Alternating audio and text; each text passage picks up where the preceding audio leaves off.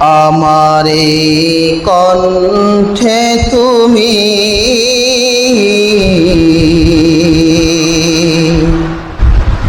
তোমারি বাণী তুলেছ,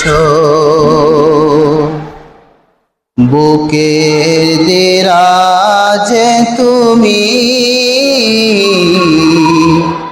কোরআনে স্থান দিয়েছ।